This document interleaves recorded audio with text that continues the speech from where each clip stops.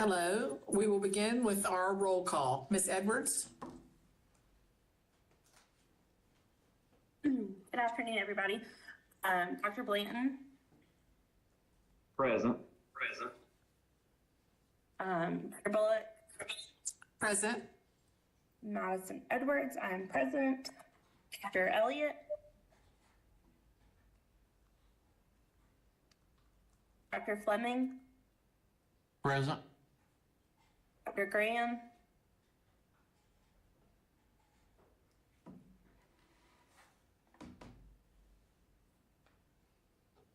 Dr. Graham is here. I was going to say, I see. Vice Chair Griffin. Present. Ms. Hoskins. Present.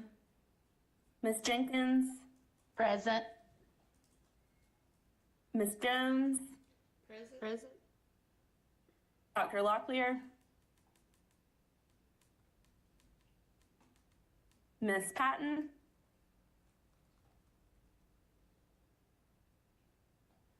Dr. Penfield. Present. Mr. Smith. Superintendent Truitt. Here. Dr. Weddington. Here. Ms. Weisner. Present. And Dr. Winter. Present. And I believe we have quorum. Is that correct, Ms. Edwards? Yes, we do have quorum. Thank you very much. Good afternoon, ladies and gentlemen, and welcome commission members, advisors, staff, on-site visitors, and online listeners to the December 14th, 2023 monthly meeting of the North Carolina Professional Educator Preparation and Standards Commission. This Standards Commission develops and recommends to the State Board of Education rules related to all aspects of educator preparation, licensure, continuing education, and professional standards of North Carolina educators. I am Ann Bullock, Chair of the Professional Educator Preparation and Standards Commission, and I call this meeting to order. Our agenda and materials are available online through the DPI website, www.ncpublicschools.org, on the quote SBE meetings unquote link. The meeting is also audio streamed through a link located at the bottom of the e-board agenda. I will now read the ethics statement that is required of us. Commission members are reminded that it is our duty to avoid conflicts of interest and the appearance of conflicts of interest as we handle the work of this commission. Does any member of the commission know of any conflict of interest or any appearance of conflict with respect to any matters coming before us at this meeting? If so, please state them for the record.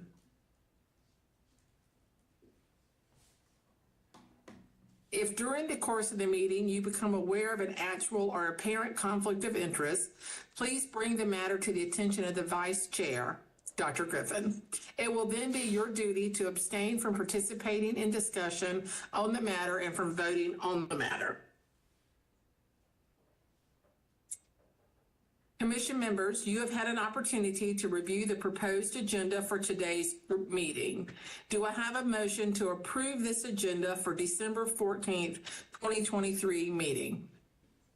I make a motion, we approve the minutes. This is Chris Blanton. Approve the agenda? Agenda. Thank you, Chris. Sorry. Thank you, Chris. We have a second from Second, Kim Randy. Winter. Second, Kim Winter, thank you. Any discussion? All those in favor of approving the agenda for today's meeting, please signify by saying aye. Aye. Aye. Any opposed? Any abstentions? Thank you. The minutes from the previous commission meetings on November 9th, 2023 have been prepared and made available to you. Do I have a motion to approve these minutes? I move So to approve moved, the minutes. Hank. Is Randy? Thank you, Hank. Randy. Second, Catherine. Second, Catherine, thank you. Also, I thank you. I heard you, Dr. Penfield, as well. Thank you. Any further discussion? All those in favor of approving the minutes from November 9, 2023, please signify by saying aye. Aye. Aye. Aye.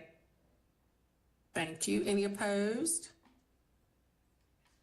Any abstentions? Great, thank you. The link for the December State Board of Education meeting has been sent to you prior to this meeting. The recording is bookmarked at the presentations for the Educator Standards and Practices ES&P Committee, which is the committee that handles the work of Pepsi. Anything about those that anybody would like to say? All right.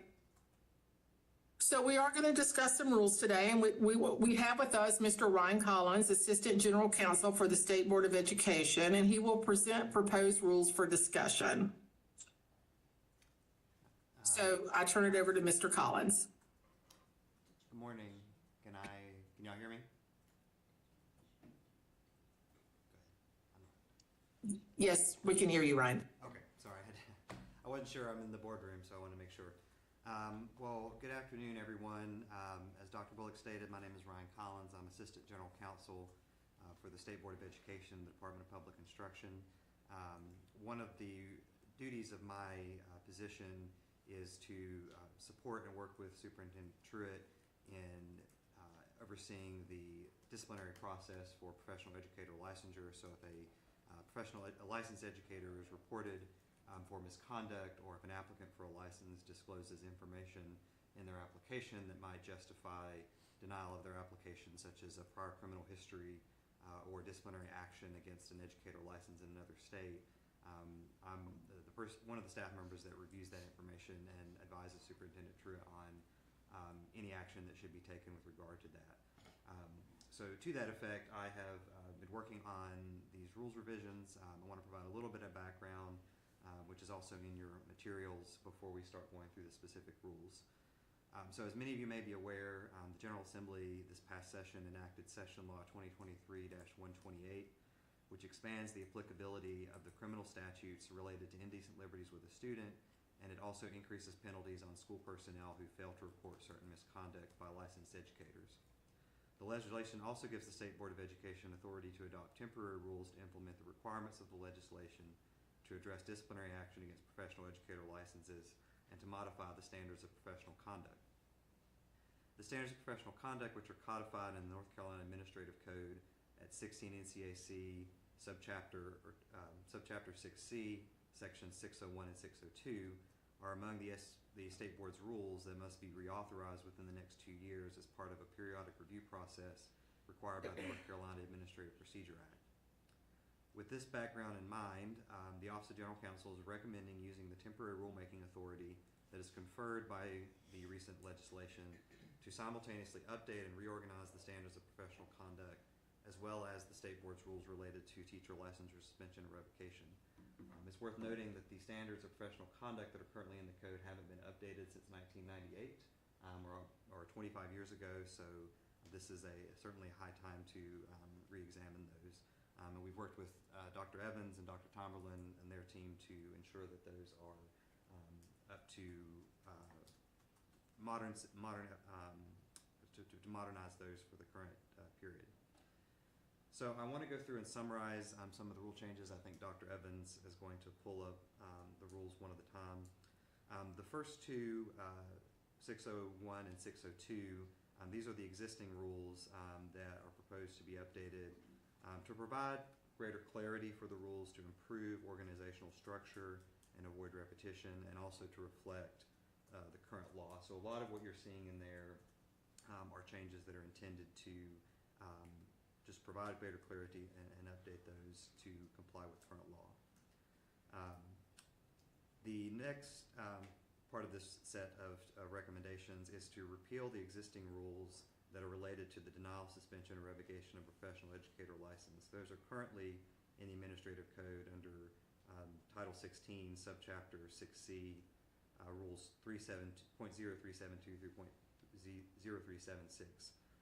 And these would be replaced with a new set of substantially similar rules that will be placed in section 600, which would place them after the standards of professional conduct. So taking this approach just makes this sort of repeal and replace approach is, we believe, easier rather than the substantial amendments that would have to be made to the existing rules. But it also just makes more sense organizationally because it places the licensure discipline rules in the same section of the code as the standards of professional conduct, and because they are closely related. So I'm going to start going through some of the new rules one at a time, and then I'll be happy to ask questions as we go along. So 603, this is the rule that has to do with the investigation into the alleged misconduct. This is a process that the State Board has delegated to the superintendent along with other matters related to licensure. Essentially, this sets forth the process and largely reflects, it's been updated to reflect current practices as well as the requirements of the Administrative Procedures Act. So this describes the process by which the superintendent investigates the allegations of professional misconduct or information that an educator discloses in an application. So it's substantively similar and is intended to replace current rule 16 NCAC 06C.0374.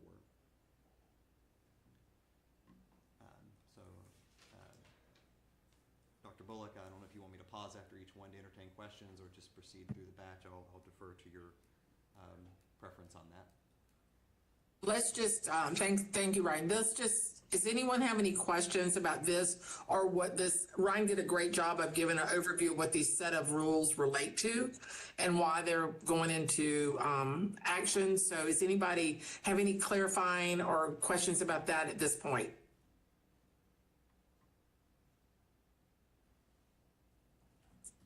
Hearing none, Ryan, move forward. Okay. So the next rule is .064. This rule is the standards by which the superintendent or by designation, the State Board of Education or by designation the superintendent can deny or using this broad term sanctioning to encompass revocation, suspension, and other disciplinary actions just for ease of language. And so what this rule does is it substantively replaces existing rule 16 NCAC 06C.0372. It clarifies that a licensee may face discipline or an applicant for a license may have that application denied if they violate the standards of professional conduct in addition to other existing grounds for taking such actions that are currently in the rules. It also makes clear that prior to taking any adverse action against a licensee or a licensed applicant, the State Board must consider whether there is a reasonable and adverse relationship between the underlying misconduct and the ability of the person to perform his or her professional duties as an educator. So that while there are a number of grounds by which some action can be taken against a license, that standard to ensure that that the superintendent's identifying that adverse relationship with their ability to be an effective educator is important, given that sometimes people come with mistakes that they've made in their past but may not necessarily justify keeping them from holding a license. So again, this largely just restructures and replaces an existing rule for the basis of denying a license application or sanctioning a license. Take questions. Any questions? All right. So moving on, number 605, this is a new section, and this really was intended to kind of clean up some of the clarify some of the different steps that the superintendent can take when responding to a license. Part of this is responding to some cases that we've litigated in the Office of Administrative Hearings in the past. So this is intended to clarify the authority of the superintendent and the State Board in this area. So, of course, historically the superintendent has had the authority to suspend a license for a period of time, to revoke a license permanently. There's also been a practice in the past of issuing what's called a written warning or letter of warning, which essentially just goes to the educator. It is not anything that is publicly reported or that is shared with with the National Association of State Directors of Teacher Education, which maintains a national clearinghouse and shares records of teacher licensure discipline with other states. The one piece that's being added here is the authority to issue a written reprimand. This is something that local school districts often do. It's part of the personnel record, but basically it is a written warning. The teacher does not lose their license. They do not suspend their license. They still retain their license, but it is a publicly reportable notice that there's been serious misconduct, maybe not worthy to rise to the level of suspension or revocation, but still something that the individual needs to be publicly reproved of. If there's any attorneys, people that have experience with the state bar on the call, this is somewhat similar to a censure, but that is intended to provide a more forceful version of the written warning that can be reported. This also codifies authority that the board already has under state law, which allows for what's called a summary suspension, and that allows in cases where there is a perceived threat to the public health, safety, or welfare for an individual to suspend a license without the usual 60-day notice requirement for them to appeal that decision if the public health or safety or welfare requires emergency action. Conversations with Superintendent Truitt, this is an authority that can conceivably be used to address situations where a teacher has been indicted or charged with a serious crime, such as any of the crimes that would justify automatic revocation of their license under General Statutes 115C-270.35B if they were convicted.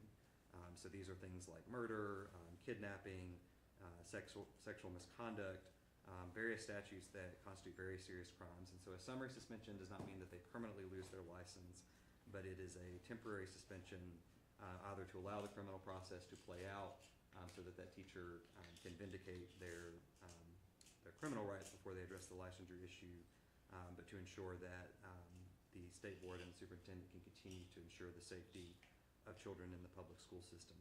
So that has been put into the rules. This is a common provision that exists that other occupational licensing agencies have in their rules when it comes to the ability to summarily suspend a license. And then finally, the one thing I will note in here is that it codifies the obligation of the superintendent and the state board under the interstate licensure agreement, which North Carolina is a part, to report written reprimands, suspensions, or revocations to the National Association, and those then go into the clearinghouse that other state boards of education and educator licensing agencies can review to ensure that a teacher that has their license suspended or revoked here can't simply hop over to another state and get licensed there. Or if they do, that they're at least on notice of those allegations. So that is the disciplinary sanctions rule, and I'll take questions.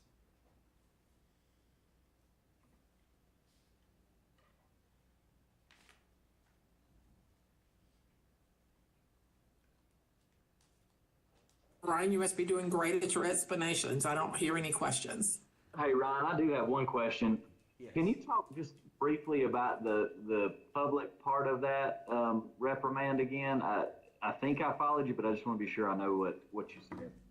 Sure. So one is that, as you all are aware, there's a public-facing side to the DPI's licensure system where an individual can go up and check the status of an educator's license. So currently, if a license is suspended or revoked, that would be reflected there. This is saying that a reprimand could also be reflected. There's also a specific web page on the DPI website that lists revoked or suspended licenses. So those are the areas. And then the last piece is the reporting to the National Clearinghouse. Now that National Clearinghouse is not itself public, but anyone that has access to that system, which would be DPI's licensure counterparts and legal staff that review these types of matters in other states, would be able to see that. And sometimes we'll get inquiries for more information from our office about why a teacher's license was suspended or revoked. So we provide that information to the extent permissible under state law to those other agencies. Thank you.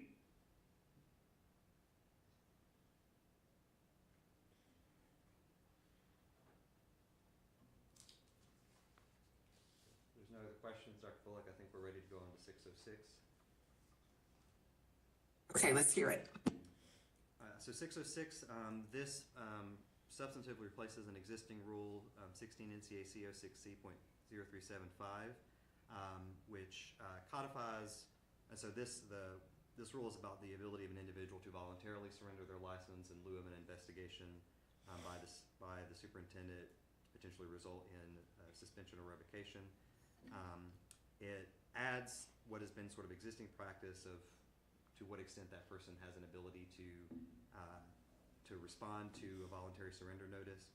So basically, what happens is when an individual says they want to voluntarily surrender their license, we will still draw up an order for the superintendent to sign that will include a number of factual findings to justify accepting the voluntary surrender. And so we give that individual 10 days to review that, and if there's they want to contest any of the factual findings in there. But it's not as protracted as their ability to take an action to OAH, because in this case they are voluntarily giving up this license as opposed to having it revoked. So it clarifies some of that existing practice, but otherwise this corresponds with the existing rule about voluntary surrender.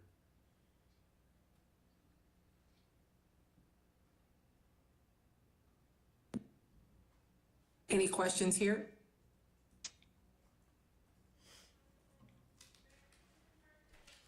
All right. So two more, if you folks will bear with me. So 607, this substantively replaces existing Rule 16 NCAC 06C.0376. This has to do with reinstatement or reconsideration, reinstatement of or reconsideration of a license. So if an individual's license has been revoked, or they've had an application for a license denied pursuant to the process set forth in this section, this clarifies that they have the ability to request either reinstatement of the revoked license or a reconsideration of the application no sooner than 12 months after the effective date. Under the existing rule, it provides for automatic reinstatement after 6 months under what's really a very narrow and ill-defined set of circumstances. If you've read the rule, it's very, very specific. And so what this rule is intended to say is that basically any individual can seek reinstatement after 12 months, but is still subject to review. And so the superintendent may reconsider an application and may reaffirm a prior decision to deny that application, or they may reevaluate it based on changed circumstances. This could be changes in intervening law, or perhaps the individual has demonstrated a greater degree of reform or remorse from their prior consideration. So it's just an opportunity to, if an individual has their license revoked, that it might not have an opportunity to reinstate that at a later date. But it still puts it within the superintendent's discretion or the state board's discretion to make that final decision.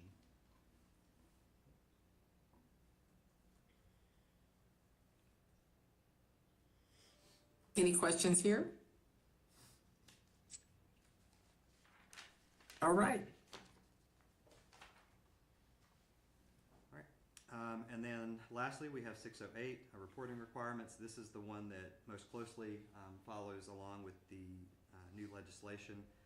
So the board has long had a rule about requirements for, actually the current rule only speaks to local education agencies or traditional public school districts to report certain misconduct by educators.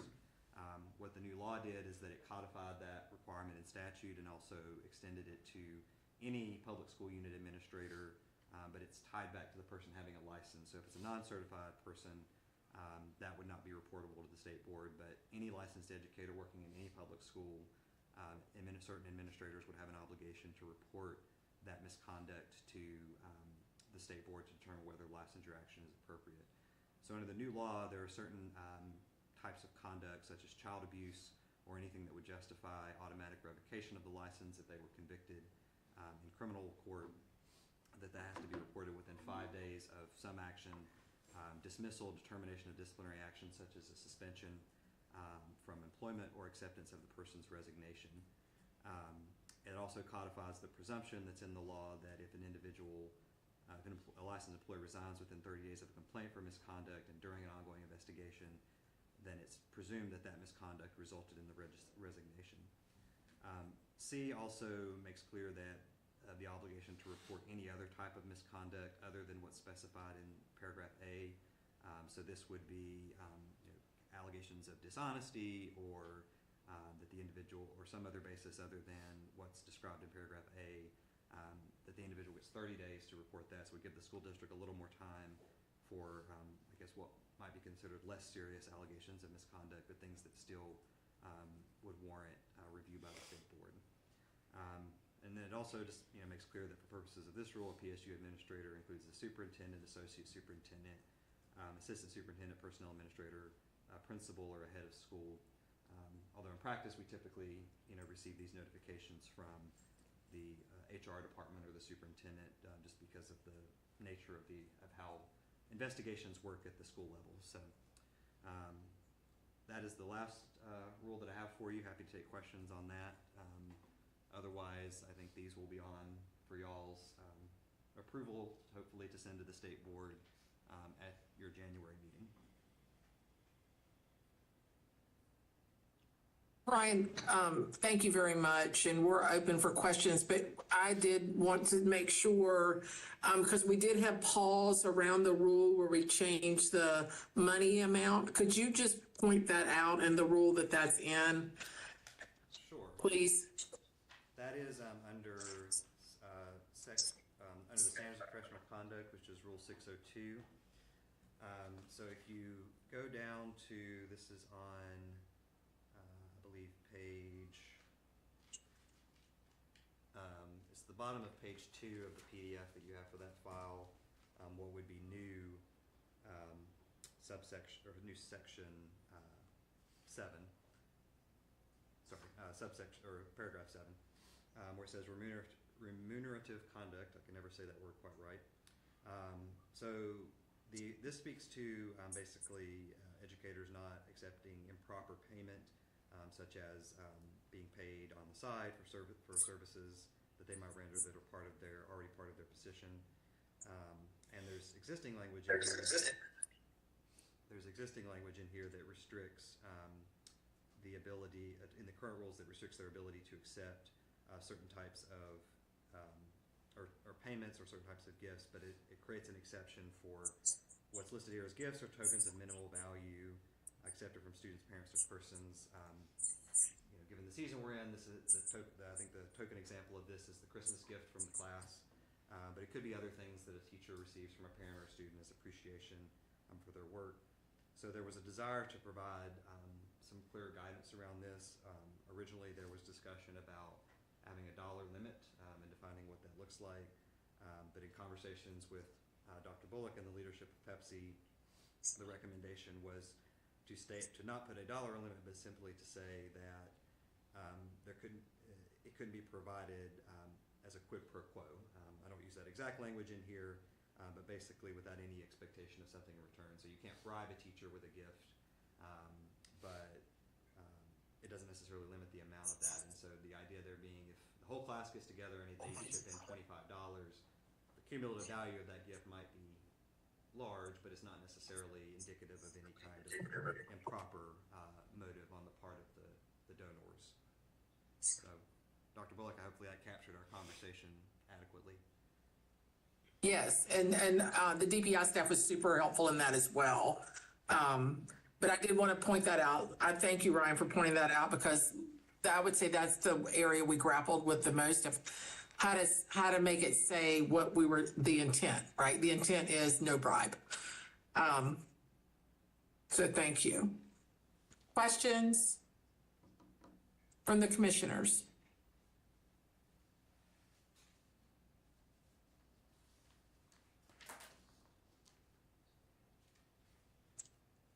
Okay, so we have two choices.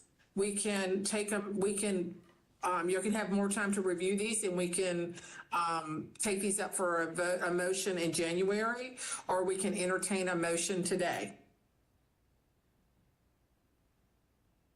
What would be your pleasure?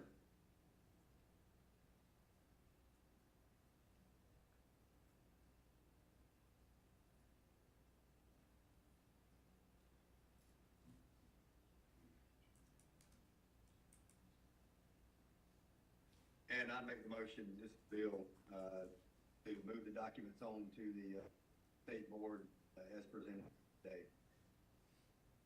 All right, thank you, Bill. Second, Aaron Fleming. Thank you, Aaron. Any further discussion? All those in favor of moving the rules forward to the state board around standards of conduct, licensure suspension, PSU, administrative reporting, et cetera, please say aye. Aye. Aye. Opposed? Abstention? Okay, motion carries. Thank you, Ryan. Thank you, commissioners, for this part.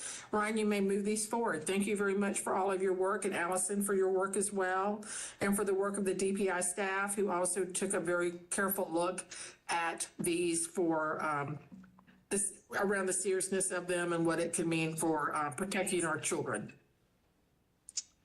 All right, thank you, Mr. Collins. So next, Dr. Syberg will provide an update about the Praxis Core item discussed during last month's meeting.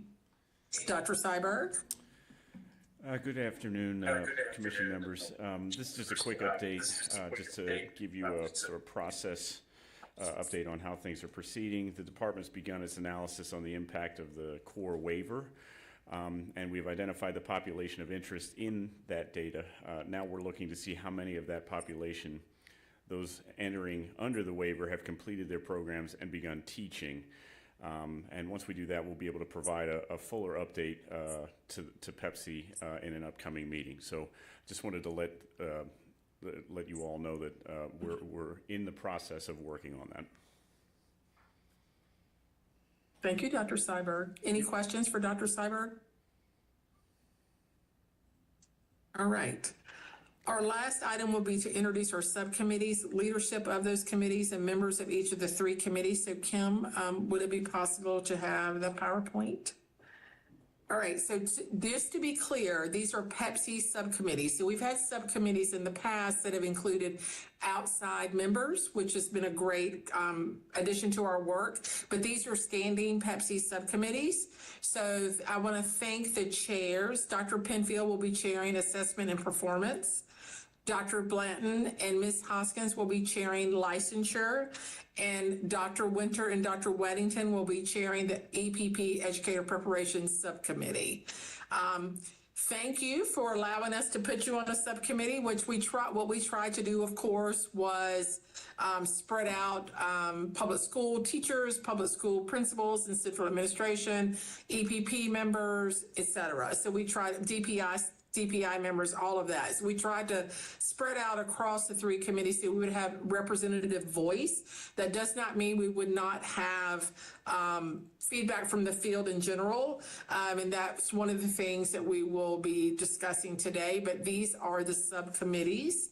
And thank you all in advance for the work. And we have some work for our subcommittees beginning now. So let's go to the next slide. Okay, so part of the commission has been, okay, so just so you all know, in 2017, Pepsi was giving specific rules that it needed to create around specific things. These are the duties that we were given from the Session Law 2017-189. So the subcommittees will be taking up this work this spring, and also the work of the Praxis Core, which is part of our agenda today. So we can move on from here, Kim. Thank you. All right, so the assessment and performance work stream will be that they will work on the Praxis Core assessment piece. And the latest we would like that to be brought to Pepsi will be April 2024. So it can come earlier. All these can come earlier. And so the idea would be what data and what information will they bring forward for us to make a qualified decision about whether to move this forward to the state board or not for action or no action. Okay, that's the first one. The second one is the licensure work stream. We've also have this for April 2024. And this relates to, you can read it here. This is rules related to Article 17D of this chapter. And this is related to the calculation of individual and cohort grade point averages for admission to EPPs, which account for prior degrees attained, types of license, and area of licensure. The commission should consider which grade point averages, either the grade point average in the content courses relevant to the licensure area, or the cumulative grade point average would be most appropriate for clinical residency students. So this is around the residency license. So this is what the licensure subcommittee will be focusing on for their work stream for this spring, as of today. And then the EPP work stream, we are giving them an extra month because they have multiple things that they have to do. This again is around the 2017 duties of Pepsi. Well, so A, they have to determine the requirements for appropriate pedagogy to be included in the residency licensure program or license program. And then number 2 is they have to develop rules related to pre-service training and field experiences prior to entering the classroom for individuals issued residency license, and pre-service training prior to individuals entering the classroom issued emergency license. So they're looking at what does a candidate have to do or a teacher have to do if they're going to have this license before they enter the classroom. So it's very important that we get feedback and think about what data would be most important, what rules that are already in existence are related to these work streams, and also what policies and practices are happening around these work streams around these not work streams, but around these this work that we've been asked to do. And also the impact of it, the last thing we want to do is further impact and stress the public schools. So I just want to open it up for conversation around thoughts around the work that we have to do, or logistic questions about the committees themselves, etc. So I'll just open it up to the floor.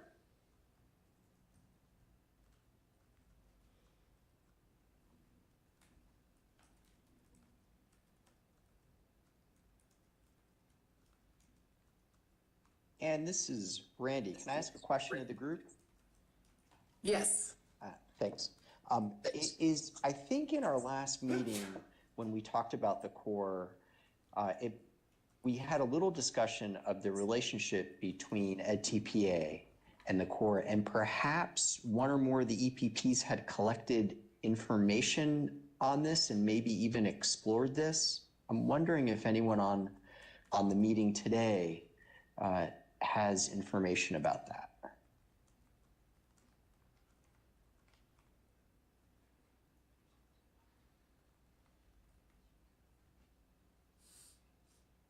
Hi, Randy. This is Kim Winter.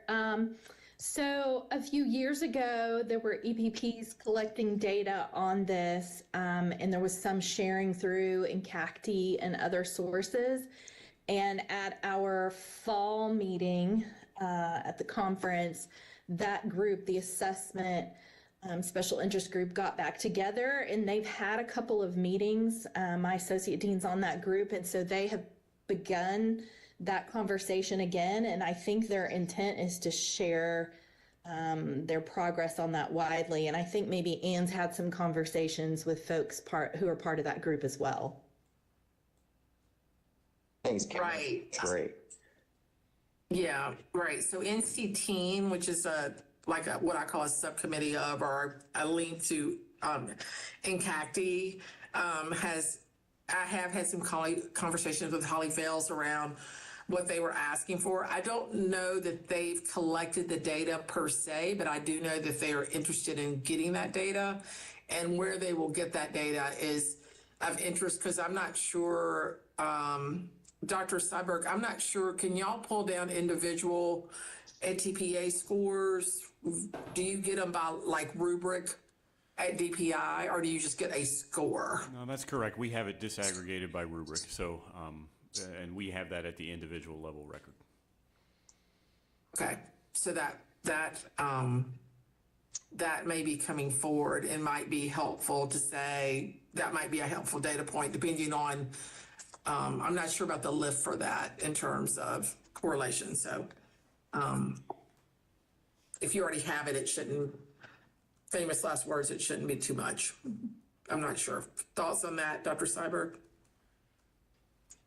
Or not, Well, I think maybe at this point? I do think that it's helpful to know that NC Teen is interested in pursuing some investigation in that area. I also know that that's something that our shop is going to be looking at, thinking about the core waiver topic that we discussed a little bit earlier, because I think looking at those various data sources and how folks that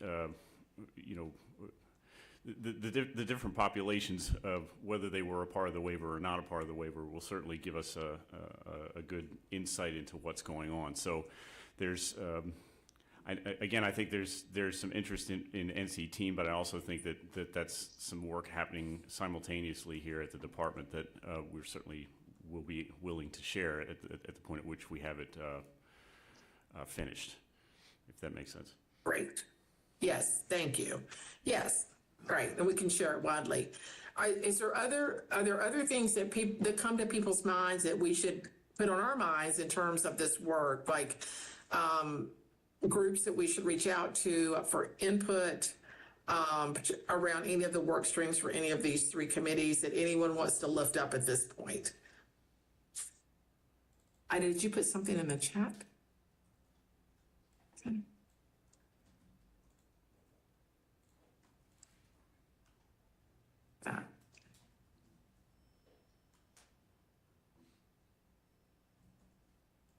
Okay. I don't hear anything. Feel free to reach out if there's something that you think. Reach out to a subcommittee co-chairs as well for that work. And you will be hearing from Kim Evans, our wonderful facilitator, quite soon, and from your co-chairs quite soon, to go ahead and set up some meetings for January. Because, as in all time and for educators, life goes quite quickly. All right. So I would like to thank the commission members, advisors, and staff for your preparation for the discussions. I remind commission members that our next monthly meeting will be held in a hybrid manner. You can go in person on the 7th floor of the State Board of Education, as well as virtually, and it's planned for Thursday, January 11th from 3:30 to 6:30 p.m. We have now completed our meeting, and unless there's additional business at this time, I ask for a motion to adjourn. So could I have a motion to adjourn, please? So moved, Connie. Thank you, Connie. And a second? Craig, I second. Okay, thank you, Craig, for a second. And then all those in favor of adjourning, please say aye. Aye. Aye. Any opposed? Any abstentions? All right, we are adjourned. Thank you very, very much. And I look forward to the subcommittee work and the updates in the future months. Have a great day. Thank you. Thank you. Thank you. Oh, you're welcome. Bye.